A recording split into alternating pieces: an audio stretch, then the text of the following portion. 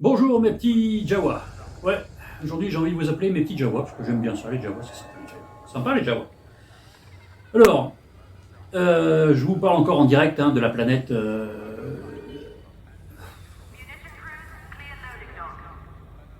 Bref, on s'en fout, de toute façon on sera muté dans une semaine ou deux, on s'en fout. Je retiendrai pas de toute façon. Donc, aujourd'hui, je voulais vous parler un peu d'autre chose, parce que ces jours-ci, évidemment, on a parlé du dragon, du dragon, du dragon, du dragon, du dragon, du dragon, du dragon. Évidemment, ça a été le vol important, mais il ne faut pas oublier que le dragon c'est bien beau, mais dans l'accord commercial de la NASA, le CCP, le Commercial Crew Programme, programme d'équipage commercial, donc contrat avec les entreprises privées, il n'y a pas que SpaceX. Et non, il y a Boeing aussi. Il y a Boeing avec sa capsule, le CST-100 Starliner. Hein? Ouais, ça pète un peu, hein? Ouais, Starliner. Mais bon, bref, pour l'instant, il n'y a que le nom qui pète. Hein. Pour ceux qui ne savent pas, le Dragon et le Starliner, ils ne sont pas concurrents. Non, au contraire, ils sont redondants. Ils ont été faits exprès pour travailler ensemble. C'est pour ça que, là, je vais vous en parler aujourd'hui, parce qu'ils vont travailler ensemble, ces machins-là, alternativement, ou des fois peut-être même en même temps, parce que les deux vaisseaux ont été commandés par la NASA à deux compagnies différentes, et il fallait que ce soit deux vaisseaux différents. Pourquoi deux vaisseaux? Déjà, pourquoi la NASA a commandé un nouveau vaisseau? Tout simplement. Parce qu'il ne faut pas oublier que depuis 2011 et le retrait des navettes spatiales, ils sont tributaires à chaque fois des Soyouz pour amener leur bus en orbite. Alors le Soyouz c'est solide, et les mecs ils prennent un bloc de métal puis ils sculptent directement dedans, faut croire, parce que c'est du costaud. Mais ça, il avait quand même un peu en travers de la gorge parce que ils sont tributaires des Russes. Les Russes, les Soviétiques, enfin bref, tout ça, c'est un peu toujours l'ogre, l'ours soviétique qui fait encore un peu de l'ombre. Ils aiment pas ça. Après, on les comprend un petit peu, c'était un peu eux les leaders, et puis depuis 2011, il n'y a plus rien. Donc, la NASA a commandé un vaisseau. Elle n'a pas commandé un seul vaisseau, elle en a commandé deux, Made in USA. Mais pourquoi deux vaisseaux? En fait, c'est pour pas se retrouver dans la situation fâcheuse, on va dire merdique, dans laquelle ils se sont retrouvés après les deux accidents des navettes spatiales. En 86 Challenger et en 2003 Columbia. Parce que après chaque accident, le temps que l'enquête soit menée, parce qu'on ne pouvait pas renvoyer des mecs en orbite dans un vaisseau dont on ne savait pas s'il était sûr ou pas sûr, d'où venait l'explosion, d'où venait la panne qui avait provoqué la mort quand même de 14 astronautes en tout. Donc à chaque fois, les navettes, la flotte entière de navettes a été clouée au sol pendant 2-3 ans. Et pendant 2-3 ans, on ne peut pas envoyer les mecs dans l'espace. Autant en 2003, avec Columbia, c'était facile, entre guillemets, puisqu'il y avait Soyouz. Mais en 86, avec Challenger, on était en pleine guerre froide. Et oui, ils se faisaient un peu la tronche, les mecs. Donc pendant 3 ans, le programme américain habité, il s'est retrouvé au placard, il s'est retrouvé au point mort pendant 3 ans. Et ça, la NASA, elle veut plus se retrouver dans un cas de figure pareil. Ce qui est normal, ça se comprend. Donc, ce qu'ils ont fait, c'est qu'ils ont commandé deux vaisseaux différents. Si un jour, un Crew Dragon a un pépin dans l'espace, la capsule est en orbite, il y a un pépin, plus ou moins sérieux, on cloue la flotte de Dragon au sol, et c'est les CST-100 Starliner qui vont prendre la relève sur tous les vols, en plus du Soyouz évidemment. Et vice versa, si le Starliner a un problème, on aura toujours le Dragon et le Soyouz évidemment. SpaceX et Boeing ont été retenus. Même si au niveau coût, c'est quand même SpaceX qui a une longueur d'avance. Pourquoi? Parce que le lancement d'un Crew Dragon, ça revient à peu près à 62 millions de dollars. Une Atlas 5, donc celle qui emmènera le Starliner, c'est 110 millions. Ça, c'est le coût du lancement. Je ne parle pas du coût des sièges, parce qu'il faut savoir que, il faut payer un ticket. On monte dans le train, la fusée, il faut payer sa place. Donc, chaque siège, chaque astronaute, lui, il faut claquer. Pour SpaceX, ça sera 55 millions. C'est 55 millions, donc là, pour le Dragon qui est parti, donc ils ont emmené 4 Gugus dans l'espace, ça aurait revenu à peu près 220 millions de dollars. C'est pas grand-chose. Chez Boeing, il faut savoir que le prix annoncé, c'est 90 millions par tête de pipe. C'est presque le double. Et oui, déjà, en plus, la fusée, elle est bousillée. Il ne faut pas oublier que l'Atlas 5, c'est une fusée classique. Donc, il y a le prix de la fusée à refaire à chaque fois, contrairement à SpaceX. Pour info, Soyuz, c'est 80 millions. Donc, si Boeing veut rester dans la course, ils ont intérêt à revoir leur prix un petit peu à la baisse. Il faut savoir, à titre informatif, que la navette spatiale, c'était 170 millions par tête de pipe. Ah ouais, ça commençait à chiffrer. Déjà que le lancement en lui-même, il coûtait bonbon. Et là, il fallait rajouter par-dessus. Le problème pour Boeing, c'est que le Dragon, lui, il a pas mal de longueur d'avance. Disons que c'est plutôt Boeing qui a la bourre complète. Mais bien alors, complète. Parce que si SpaceX a réussi son vol d'essai sans pilote en mars 2019, ils ont enchaîné En mai 2020, donc quand même plus d'un an après, ils ont enchaîné avec le premier vol d'essai avec Doug Hurley et Bob Behnken, les deux pilotes d'essai, et ils ont enchaîné 6 mois plus tard avec le premier vol opérationnel. C'est-à-dire que ça y est, le Crew Dragon, lui, il est en service définitif. Il n'y a pas, à moins d'un pépin qui nécessiterait de revoir la conception à l'origine, enfin, normalement il n'y a pas de souci avec ça, Boeing, eux, ils sont à la bourre totale. Parce que donc le SpaceX, lui, le premier vol automatique, ça s'est passé à merveille. Et du coup, ils ont pu enchaîner sur les autres étapes. Alors que Boeing, eux, le premier vol automatique, le petit Starliner, lui, il a tout foiré. Enfin, quand je dis il a tout foiré, c'est pas lui qui a tout foiré, c'est les ingénieurs de Boeing qui ont tout foiré. Mais bien, hein. Alors, foiré, mais le package complet. Ils ont fait que des conneries. C'est un manque de rigueur incroyable. Alors déjà, ils avaient été retoqués par la commission de sécurité de la NASA, au moment où le Starliner devait faire son premier vol d'essai, justement. Donc, à peu près, c'était à quelques semaines près, au même moment que le Dragon. Le Dragon, lui, l'a fait. Le Starliner, non, ils lui ont dit, non, ça, vous allez me changer pas mal de petits machins. On se revoit en décembre. Effectivement, le vol, il n'a eu lieu que 9 mois plus tard. 9 mois après le Dragon. Déjà, ça, c'est pas terrible. Comment ça s'est passé ce jour-là? Enfin, mal, puisque tout a été foiré. La fusée Atlas, elle a décollé, elle a inséré le CST-100 en orbite, et à partir du moment où cette petite capsule s'est retrouvée livrée à elle-même, elle n'a fait que des conneries. Mais pourquoi elle n'a fait que des conneries? Parce qu'on lui avait dit de faire des conneries. Et oui. Déjà au départ, elle est arrivée en orbite, elle n'a pas allumé ses moteurs pour rejoindre la station. Il y a un problème déjà. Et d'où il vient le problème? De quelqu'un qui a fait une programmation avec les pieds. Parce que la capsule, avant le décollage, quelques instants avant le décollage, elle est censée aller chercher l'heure du chrono interne du lanceur, donc de la fusée Atlas 5. Elle se calme dessus, et elle se dit, ok, là il est telle heure, ce qui veut dire que le T0, le lancement, il a lieu là, dans tant de secondes, en tant de minutes, peu importe. Ce qui fait qu'après, donc moi j'ai ma timeline, j'ai mon emploi du temps. Dans 2 minutes 30, je vais faire ça, dans 6 minutes 30, je vais faire ça, etc. etc. Et j'allumerai mes moteurs, etc. Sauf que le programme étant un truc fait par un gamin de 8 ans, la capsule, est allée choper l'heure du lanceur 11 heures avant. Ce qui fait que quand elle est allée dans l'espace, la capsule, qu'est-ce que c'est dit? Mes moteurs, moi, je suis tranquille, je les ai déjà allumés il y a, un long temps. Et en fait, non.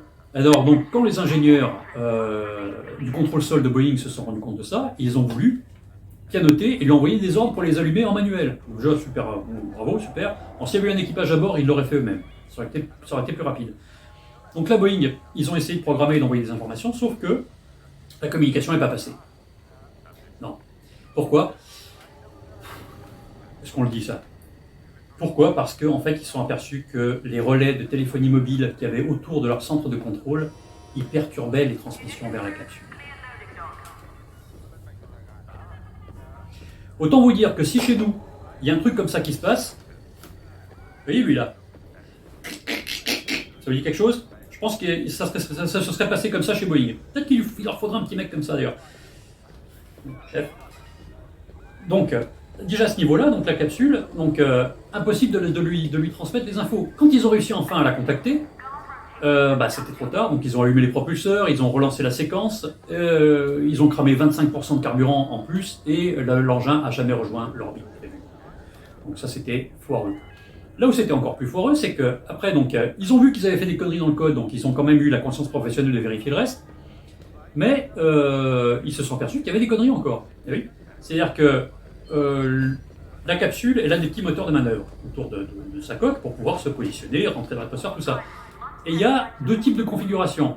Une où le module de service est encore attaché à la capsule, et normalement une autre ligne de commande où le module est déjà détaché. C'est l'espèce de cylindre qu'il y a derrière la capsule. Sauf que là, il y en a un qui, au lieu de modifier la ligne, il a fait un copier-coller tout bête. Et donc, en fait, ce qui aurait pu se passer, c'est qu'au moment... Parce que c'est pas du tout la même configuration, donc les mouvements ne se font pas de la même façon, l'inertie n'est pas la même. Ce qui fait que si la capsule s'était décrochée et avait mis ses propulseurs en marche, il y aurait eu un risque, même pas un risque, il y aurait eu collision avec le module de service. Juste avant la rentrée dans l'atmosphère. Il faut savoir que ce module de service, il est largué avant la rentrée atmosphérique. Et donc là, alors autant la collision n'aurait pas été très forte, il n'y aurait pas eu de dégâts normalement, mais ça aurait pu déstabiliser la capsule à un moment critique de sa phase de vol, c'est-à-dire la rentrée atmosphérique. Et s'il y avait eu un équipage à bord, ça aurait pu se passer très mal. Heureusement que là, ils se sont relus. Normalement, on se relie avant. Hein. Là, ils se sont relus pendant. Ils ont quand même vu la connerie avant qu'elle se passe. Donc, on a récupéré la capsule. C'est déjà pas mal. Mais autant vous dire que la NASA, ils n'étaient pas super joyeux, en fait. Hein. Ils faisaient. Non, pas du tout. Non, ils n'étaient pas contents du. Non, mais non, pardon. Oh là là, non, pas du tout. Non, c'était. Bah non. La mission principale, c'était pas de récupérer la capsule, c'était qu'elle aille en orbite. Et qu'elle aille se mettre à s'accrocher à la station spatiale. Sinon, ça leur sert à rien. Si c'est pour faire monter des pétards en l'air, ils vont voir le feu d'artifice le 4 juillet chez eux, et ils sont contents. Là, non, ce qu'ils demandent, c'est d'avoir un vaisseau qui fait ce qu'on lui dit, qui va au bon endroit. Parce que si c'est juste pour lui faire perdre une cloche, non, d'ailleurs, même pas une cloche, il a tourné pendant 2 jours autour de la Terre, ce machin. Et oui, il n'y avait plus rien à faire, donc ils l'ont mis en orbite, c'est là qu'ils ont relu le code d'ailleurs, et après, ils l'ont ramené sur Terre. Donc la NASA n'était pas contente. Évidemment, il y a eu une commission d'enquête qui a été montée, une commission d'enquête a été montée, et ils ont commencé à revoir tout ça, hein, la capsule en elle-même, le travail qui avait été fait, le programme en lui-même, le logiciel de la capsule. Ils ont relevé pas moins de 61 points initialement, à corriger impérativement, pas tous sérieux, mais quand même, et en fouillant encore un peu plus, ils en ont rajouté 19. Donc en tout, Boeing a eu 80 points à modifier, à ZAP, as soon as possible, pardon, aussi vite que possible, sur leur capsule. 80. Pas 2, 3, 80, et 17 étaient liés au logiciel, à la programmation, qui était faite, encore une fois, à la spatule. Donc ça ne pouvait pas fonctionner correctement, c'est sûr. Et la commission d'enquête, ce qu'elle a pointé du doigt, c'est surtout la rigueur de travail chez Boeing. Le manque de rigueur dans le contrôle qualité, qui dans un domaine pareil doit être ultra pointu. On parle de sécurité d'équipage aussi, accessoirement, pas juste du pognon qui part en fumée au cas où si ça foire. Donc là, ils ont carrément pointé du doigt ce manque de rigueur et de professionnalisme, carrément, ils ont dit que c'était pas sérieux. C'était pas sérieux. Alors pour Boeing, qui était en plein milieu, à ce moment-là, en plein milieu de l'affaire du 737 MAX, l'avion de ligne, qui, pareil, a souffert des mêmes problèmes de rigueur dans le travail et le contrôle, la réputation de Boeing, elle n'est pas super formidable. Non. Bon bref, du coup, conséquence de tout ça, c'est que le Starliner, lui, il est grave à la bourre. Pourquoi ? Parce qu'on parle d'un deuxième vol, possiblement automatique, du coup, puisque le premier n'a pas réussi. Là, on parle d'un vol qui se situerait pas avant le premier quartier de 2021. Donc, entre janvier et avril, quoi. 2021, alors que le Crew Dragon, il vient d'effectuer son premier vol opérationnel commercial en emmenant 3 astronautes de la NASA, un de la JAXA, donc l'agence japonaise, et bébé Yoda. Et même lui. Le premier vol opérationnel du Dragon, il y a eu 2 petits inconvénients. Il y a eu un problème de carburant qui était un peu trop chaud par rapport à la normale, donc il était à 75 degrés Fahrenheit au lieu de, je sais plus exactement, je peux vous donner un chiffre foireux, donc c'est à peu près une vingtaine de degrés, donc mais la température était un peu élevée, mais elle était largement en dessous des marges de sécurité, et il a suffi de rebooter le machin, de le redémarrer pour que ça marche nickel. Voilà. Et il y a eu aussi un problème de pression sur une pompe. Et en fait, c'était pas un problème, c'était un senseur, un capteur. C'était le capteur lui-même qui était défectueux et qui a envoyé un signal d'alerte, comme quoi il y avait trop de pression. Finalement, il n'y avait rien du tout. Donc on lui a fait fermer sa tronche. Et ça s'est passé absolument parfaitement. Donc, dans les 2 cas, la sécurité de l'équipage n'a pas été mise en cause du tout, jamais. Contrairement à ce qui aurait pu se passer sur le Starliner. Bon bref, si le Starliner n'est pas un vaisseau pourri, loin de là, c'est quand même normalement une bonne machine, correct. Boeing, ils ont quand même du recadrage à faire s'ils veulent rattraper leur retard. Parce que, on va reprendre ce qui s'est passé avec SpaceX au niveau des dates. Leur premier vol, ils l'ont fait en mars 2019, premier vol automatique. Premier vol habité avec donc Doug Hurley et Bob Behnken, avec les 2 pilotes d'essai, donc il a eu lieu 1 an et 2 mois après, donc en mai 2020. Et le premier vol opérationnel a eu lieu en décembre 2020, donc 6 mois après. Donc admettons pour Boeing, leur second vol automatique, du coup, se passe sans problème. Mais on va dire qu'il se fait en avril, voilà, ils réussissent, ça se passe nickel. Là déjà il faut que ça se passe nickel, sinon ça retarde encore. Premier vol habité avec un équipage de pilotes d'essai, ça se passe à peu près 1 an après. Et si ça fait comme pour SpaceX, et si tout s'est bien passé pendant ce vol d'essai, il y a encore à peu près 6 mois de délai avant le premier vol opérationnel. Vous savez où ça nous emmène, ça? Ça nous emmène en 2022, ça. Fin 2022. Fin 2022. On est fin 2020. Le premier Crew Dragon est opérationnel. Il n'y a pas intérêt à y avoir des soucis. Heureusement qu'il y a toujours Soyuz. Parce que si Dragon a un souci, eh ben on se retrouve dans la panade. Enfin, les Américains, lui.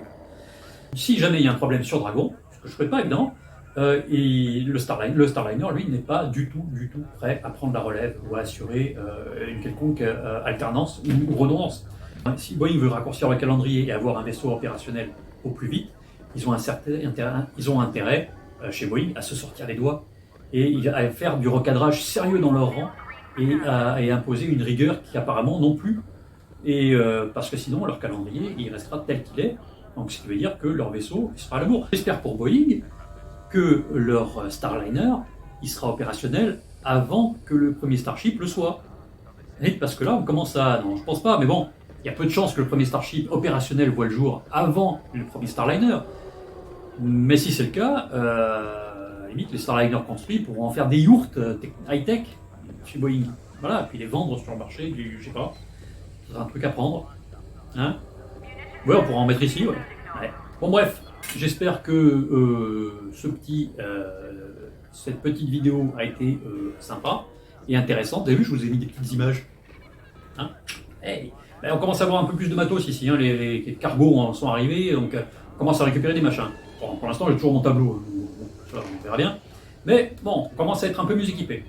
Donc j'espère que cette petite vidéo vous aura intéressé, vous aura appris des choses surtout, parce que sinon je ne vois pas à quoi je sers.